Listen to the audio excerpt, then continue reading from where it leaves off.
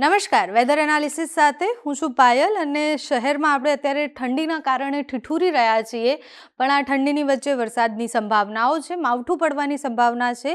હવામાન નિષ્ણાંતોએ એવી આગાહી કરી દીધી છે કે આગામી 3-4 દિવસ વરસાદ પડવાનો છે અને સામાન્યથી છૂટોછવાયો વરસાદ પડવાનો છે, પણ એ ખેડૂતો માટે દુઃખના સમાચાર છે, કારણ કે ખેડૂતો જ્યારે પાક લે ત્યારે કાં તો વરસાદ બગાડે, કાં તો ઠંડી વધી જાય અને ઘણી બધી પ્રકૃતિની પ્રોબ્લેમ્સને કારણે ખેડૂતોને તકલીફ પડતી હોય છે।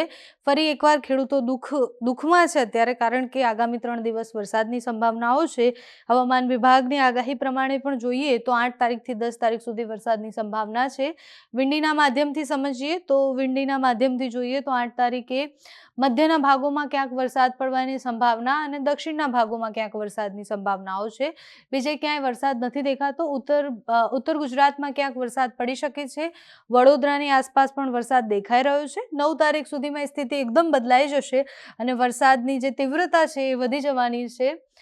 મધ્ય ગુજરાતમાં વરસાદ સારો પડવાનો છે, દક્ષિણ ગુજરાતમાં સારો પડવાનો છે અને સૌરાષ્ટ્રના અમુક વિસ્તારોમાં વરસાદ પડી શકે છે।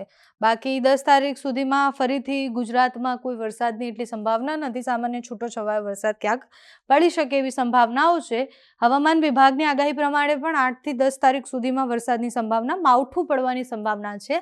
આને ચોમાસાનો વરસાદ ન કહી શકાય, માવઠું કહી શકાય, કારણ કે અત્યારે શિયાળો ચાલે છે અને શિયાળો હવે પીક પર છે। જ્યારે ડિસેમ્બરથી એની શરૂઆત થઈ ગઈ હતી કે ભારે ઠંડી પડતી હતી, પણ હવે એકદમથી વધારે તીવ્ર તાપમાન બન્યું છે, એટલે કે તાપમાન ઘટી ગયું છે અને ઠંડી વધી ગઈ છે અને એની વચ્ચે જો વરસાદ પડે છે તો હજી તાપમાન ઘટવાની સંભાવના છે, એટલે ઠંડી પડવાની સંભાવનાઓ છે।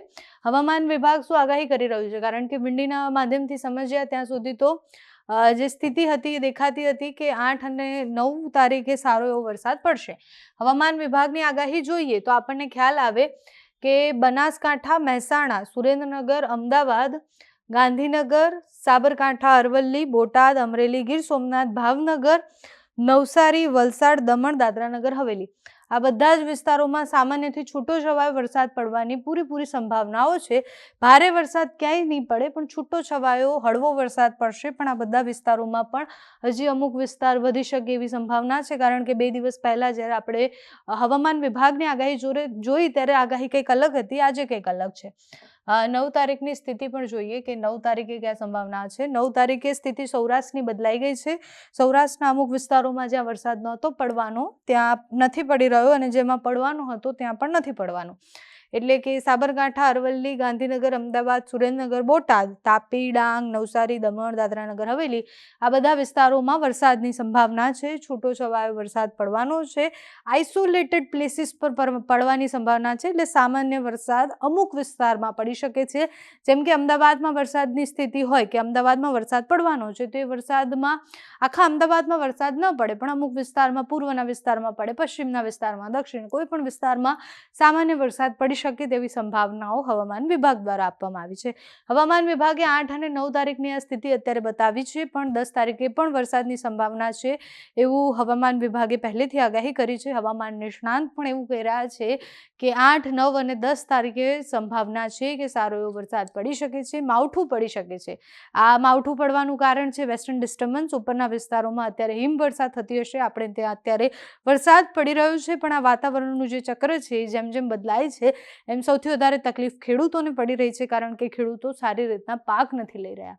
જો ખેડૂતો સારી રીતના પાક નથી લેતા તો આપણને જેટલું પોષણવાળું અનાજ જોઈતું હોય એટલું પોષણવાળું અનાજ કે શાકભાજી ન મળી શકે।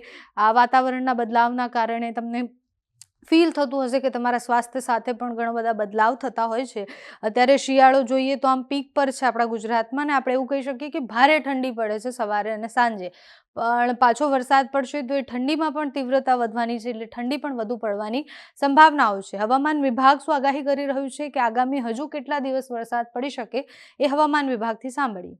कारण होंगे ये है कि एक ट्रफ लाइन है जो साउथ गुजरात रीजन से होकर गुजर रही है, जिसके कारण ये डे 3 और डे 4 में बारिश होंगी आइसोलेटेड प्लेसेस में। डे 3 के लिए बनासकांठा, साबरकांठा, अरावली, अहमदाबाद, गांधीनगर और वलसाड़, नवसारी, सूरत, दमन, दादरा नगर हवेली, और जो सौराष्ट्र के रीजन के डिस्ट्रिक्ट हैं वह है भावनगर, अमरेली, गिर सोमनाथ और राजकोट। और डे 4 की बात करेंगे तो डे 4 में जहाँ पे मतलब हल्की रेन होने के चांसेस हैं वो रीजन है गुजरात रीजन के, वो डिस्ट्रिक्ट हैं अहमदाबाद, गांधीनगर, वलसाड़, नवसारी, आनंद और दादरा नगर हवेली। और जो सौराष्ट्र रीजन है उसके डिस्ट्रिक्ट हैं अमरेली, गिर सोमनाथ।